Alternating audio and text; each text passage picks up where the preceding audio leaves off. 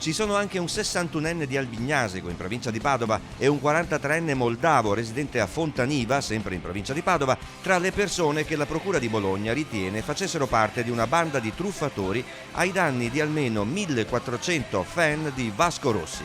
Il gruppo criminale aveva clonato il sito di un'agenzia di vendita di biglietti online per la tournée Non Stop Live 2018 del cantautore di Zocca, riuscendo a intascare così qualcosa come oltre 500.000 euro, ma lasciando senza biglietto gli ignari appassionati di Vasco, che solo il giorno del concerto si accorgevano che ai varchi non vi era alcuna biglietteria e che il codice in loro possesso, acquistato anche molti mesi prima dell'evento, non era valido. Di qui le indagini della Procura su segnalazione della società autorizzata a vendere i biglietti per i concerti del tour del 2018. La Procura della Repubblica di Bologna ha potuto riscontrare che i siti internet, le SIM telefoniche e i conti correnti utilizzati per ricevere i pagamenti delle false prenotazioni per i concerti